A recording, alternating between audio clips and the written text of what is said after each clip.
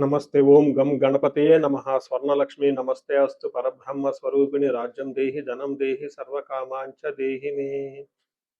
స్వర్ణలక్ష్మి అమ్మవారు ప్రతి ఒక్కళ్ళకి చక్కగా బ్రహ్మ జ్ఞానాన్ని ఇవ్వాలని, తద్వారా ప్రతి ఒక్కళ్ళు చక్కగా నవ్వుతూ హ్యాపీగా ప్రతి దాన్ని ఎంజాయ్ చేసే విధంగా ఉండాలని చెప్పేసి మనం అమ్మవారిని కోరుకుందాం. అంతేకాకుండా ప్రతి ఒక్కళ్ళకి చక్కగా రాజ్యం దేహి నాయకత్వ లక్షణాలని, ఒక అధికారాన్ని, పవర్ని, అథారిటీని అమ్మవారు ఇవ్వాలని, అలానే ధనం దేహి ప్రతి ఒక్కళ్ళకి విపరీతమైన ధనం ఇవ్వాలని, ఎక్కడుంటే అక్కడ ధనం ఉండాలని, ఆఫీసుల్లోనూ బ్యాంకుల్లోనూ ఇళ్లల్లోనూ ధనం శుభ్రంగా నింపుకొని ఉండాలని చెప్పేసి, అంతేకాకుండా సర్వకామార్థ సిద్ధి అనుకున్న పనులన్నీ అనుకున్న విధంగా అమ్మవారు ఇమ్మీడియట్లుగా నెరవేర్చే విధంగా మన అందరినీ ఆశీర్వదించాలని, అందరూ చక్కగా ఉండాలని చెప్పేసి అమ్మవారికి నమస్కారం చేసుకుంటూ, దానికి ముందుగా గణపతిని మనకి ధనాకర్షణ శక్తిని ప్రతి ఒక్కరికి ఇవ్వాలని చెప్పేసి మనం కోరుకుందాం. ఈరోజు టాపిక్ మనం చూసుకుంటే గురువు మారుతూ ఉన్నారు. ఎప్పుడు మారుతూ ఉన్నారు? జూన్ 2వ తారీఖున గురువు మారుతూ ఉన్నారు. అయితే ఏంటి, నాకు లాభం ఏంటి, గురువు మారితే ఏంటి, దానివల్ల నేను నాకు అసలు ఏంటి అని మనం ప్రతి ఒక్కళ్ళు ఆలోచించుకుంటూ ఉంటాం. గురువు వచ్చేటప్పటికి 5 రకాల 6 రకాల ముఖ్యమైన పనులు చేస్తూ ఉంటారు. గురువు చాలా రకాల పనులు చేస్తుంటారు. ముఖ్యమైనవి మన ఇండివిడ్యువల్ లైఫ్లో మనకి ప్రభావం చూపించేది ఫస్ట్ వచ్చేటప్పటికి ధనం. ధన సంపాదనలో ఐశ్వర్యం కావాలంటే గురువు యొక్క అనుగ్రహం మనకు ఉండాలి. రెండోది సంతానం, పిల్లలు చక్కగా ఉండాలి, వాళ్ళు చదువుకోవాలంటే గురువు యొక్క అనుగ్రహం మనకు ఉండాలి. తర్వాత మనకి జ్ఞానం, అద్భుతమైన జ్ఞానం మనకు ఉండాలి. ఓకే, మనం చేసేది మంచినా చెడునా దాని గురించి లోతైన అవగాహన ఉండాలి. మనం చదువుకున్న జ్ఞానం మనకు ఉపయోగపడాలంటే గురువు యొక్క కృప మనకు ఉండాలి. అంతేకాకుండా ధర్మచింతన, మనం ఫాలో అయ్యేది కరెక్ట్ మార్గంలో ఉన్నామా, లేదంటే సన్మార్గంలో ఉన్నామా, లేదంటే తెలవకుండా వేరే మార్గంలో ఉన్నామా, రాంగ్ గైడెన్స్లో ఉన్నామా, రాంగ్ ఇన్ఫ్లుయెన్స్తో ఉన్నామా, ఇలాంటి యొక్క అన్ని విషయాలు మనకి గురువు ద్వారానే తెలుస్తుంది.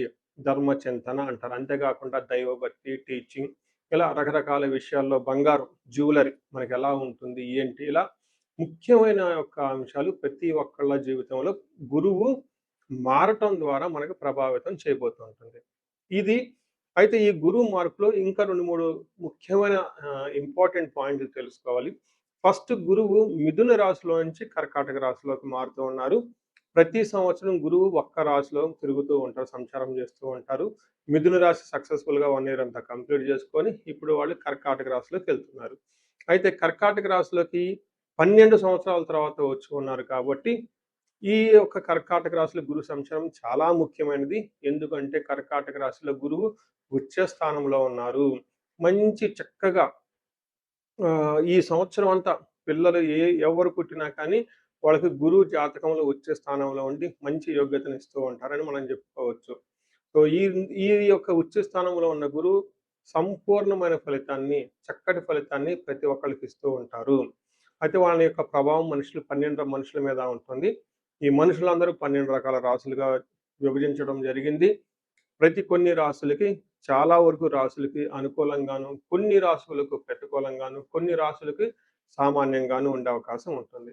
ఇప్పుడు మనం గురువు ప్రతి ఒక్కళ్ళ రాసులకి మేష నుంచి మీన వరకు ఎలాంటి ఫలితాన్ని ఇస్తూ ఉంటారు, ఆ ఫలితాలను మనం ఎలా ఎంజాయ్ చేయొచ్చు, ఇన్ కేసు ఫలితాలు గనక సరిగ్గా వాళ్ళకి అనుభవంలోకి రాకపోతే ఏం చేయాలి, అలానే కొన్ని రాసులకి ఖచ్చితంగా ప్రతికూలమైన పరిస్థితులు ఉన్నాయి, ఎలాంటి ప్రతికూలమైన పరిస్థితులు ఉన్నాయి, వాటిని తప్పించుకోవడానికి మనం ఎలాంటి పరిహారాలు చేసుకోవాలి అనేది కూడాను 12 రాసుల వైజ్గా ఆ రాశికి ఎలాంటి ప్రభావం ఉంటుంది, దానికి మనం ఎలాంటి పరిహారాలు చేస్తే చక్కగా ఉంటామో కూడా మనం ఈ వీడియోలో మనం చక్కగా తెలుసుకుందాం. ఇప్పుడు మిథున రాశి మనం చూస్తే, మనం ముందుగా చెప్పుకున్న ప్రకారంగా గురువు బాగా అనుకూలించే, బాగా మంచి చేయబోయే గ్రహం రాశి ఏదైనా ఉందంటే మిథున రాశిని మనం గమనించుకోవాలి. మిథున రాశి వాళ్ళకి 2వ స్థానంలో కర్కాటక రాశిలో ఉచ్చ స్థానంలో గురువు ఉండటంతో అద్భుతమైన రాజయోగం వీళ్ళకి. వచ్చే 1 ఇయర్ ధన ప్రవాహం చాలా బాగుంటుంది, కుటుంబం చాలా బాగుంటుంది. అంతేకాకుండా మీరు కష్టపడిన సంపాదన ప్రతిఫలానికి చక్కటి ప్రతిఫలం వచ్చే ఒక మంచి సంవత్సరం అని మీరు చెప్పుకోవాలనుకోవాలి. మనకి ముందుగా మహర్షులు ఏం చెప్తారంటే, మనస్సౌఖ్యం, యశోవృద్ధి, సౌభాగ్యం, ధనాగమన ధర్మ వ్యయం, మనస్సౌఖ్యం, ద్వితీయ స్థానాగే గురువు అని చెప్తారు సంస్కృతంలో. మన మహర్షులు ఎప్పుడో చెప్పేశారు. ఏం చెప్పారు?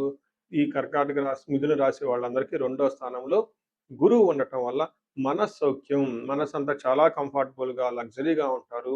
అంతేకాకుండా యశో వృద్ధి, మీకు కీర్తి ప్రతిష్టలు చాలా బాగుంటాయి. సౌభాగ్యం అంటే మీకు లక్ యాక్టివేట్ అవుతుంది. ఏదైనా పని గనుక చేస్తే ఆటంకాలనేది ఉండదు. హెల్త్ చాలా స్ట్రాంగ్‌గా ఉంటుంది.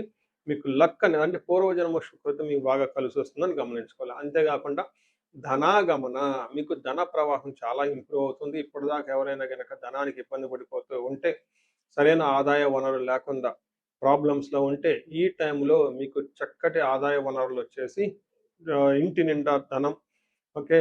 ఎక్కడ పెట్టినా మీకు ధనం ఉండే అవకాశం ఉంటుంది. అలాగనే మీకు ధర్మ వ్యయం వచ్చిన ధనాన్ని మంచి సత్కర్మలకి మీరు ఖర్చులు చేస్తూ ఉంటారు. అంటే ఆలయాలు నిర్మించడానికి కానివ్వండి, పెళ్ళిళ్ళు చేయడానికి కానివ్వండి, శుభకార్యాలకు కానివ్వండి. అలానే మీరు ఎడిక్షన్స్ ఇట్లాంటి వాటికి చాలా దూరంగా ఉండేసి చక్కగా మంచి మంచి పనులు చేస్తూ ఉంటారు. మనసంతా సౌఖ్యంగా ఉంటుంది. ఇది మనకి రెండో స్థానంలో గురువు ఉండటం వల్ల మిథున రాశి వాళ్ళకి కలిగే ఒక మంచి ఫలితాలను మనం చెప్పుకోవచ్చు. ఆనందం, కీర్తి, సౌభాగ్యం, ధనదాయం, ధర్మ కార్యాలు ఇవన్నీ మనం చెప్తుంటారు. వీటితో పాటు దీర్ఘాయువు, ఎవరికైనా హెల్త్ కాంప్లికేషన్స్‌గా ఉంటే వీళ్ళకి ఈ మిథున రాశి వాళ్ళకి ఆయుష్ పెరిగే అవకాశం ఎక్కువగా ఉంటుందని చెప్పుకోవాలి. అలానే ఒక్క విషయంలో కొంచెం జాగ్రత్తగా ఉండాలి. కొంచెం ఓవర్ కాన్ఫిడెన్స్‌తో జాబ్‌లో మాత్రం ఉండొద్దు. చాలా హంబుల్‌గా, సింపుల్‌గా జాబ్ మ్యాటర్స్‌లో ఉండటం మీరు అలవాటు చేసుకోవటం చాలా చాలా ఇంపార్టెంట్. సో, ఈ ప్రకారంగా మీరు ఈ రాశి వాళ్ళకి పెళ్లి కాని వాళ్ళకి పెళ్ళయ్యే అవకాశం ఎక్కువగా ఉంటుంది. సంతానం లేని వాళ్ళకి సంతానం వచ్చే అవకాశం ఉంటుంది. వీటన్నిటికి కూడాను మించి మీకు కీర్తి ప్రతిష్టలు, ధనం అంతా బాగుంటుంది అని చెప్పుకోవాలి. అలానే మీరు జ్యువెలరీ, నగలు ఇలాంటివి కొనుక్కునే అవకాశం ఎక్కువగా ఉంటుంది. రెండో స్థానంలో కుటుంబ స్థానం అంటారు. అంటే పెళ్ళయ్యి కొత్తగా ఒక కుటుంబం రావటానికి ఇది సరైన టైం అని మీరు గమనించుకోవాలి. ఈ రాశి వాళ్ళందరికీ సహజంగా గురువు చక్కగా ఉన్నారు కాబట్టి, ఇంకా ఎవరికైనా ఇండివిడ్యువల్‌గా ప్రాబ్లమ్ ఉంటే ఒక్కసారి కన్సల్టేషన్ తీసుకుంటే చాలా మంచిది. సో, చూశారు గదా! గురువు ఈ రాశి వాళ్ళకి ఎలాంటి అనుకూల, ప్రతికూలాలు తీసుకొనొస్తున్నారు, ఫలితాలు తీసుకొనొస్తున్నారు, అనుభవంలోకి రాబోతున్నాయో ఈ జూన్ నుంచి 2027 జూన్ వరకు, 2026 జూన్ నుంచి 2027 జూన్ వరకు ఎలాంటి ఫలితాలున్నారో మనం తెలుసుకుందాం. అయితే గురువు యొక్క అనుకూల ప్రభావం మన మీద ఉండటానికి మనం కొన్ని రకాల పరిహారాలను ఖచ్చితంగా చేసుకోవాల్సి ఉంటుంది. ఒకటి, గురువుకి సంపూర్ణ శాంతి పూజలు చేసుకోవాలి. సంపూర్ణ శాంతి పూజలు అంటే ఏంటి? చాలా మందికి అవగాహన ఉండదు.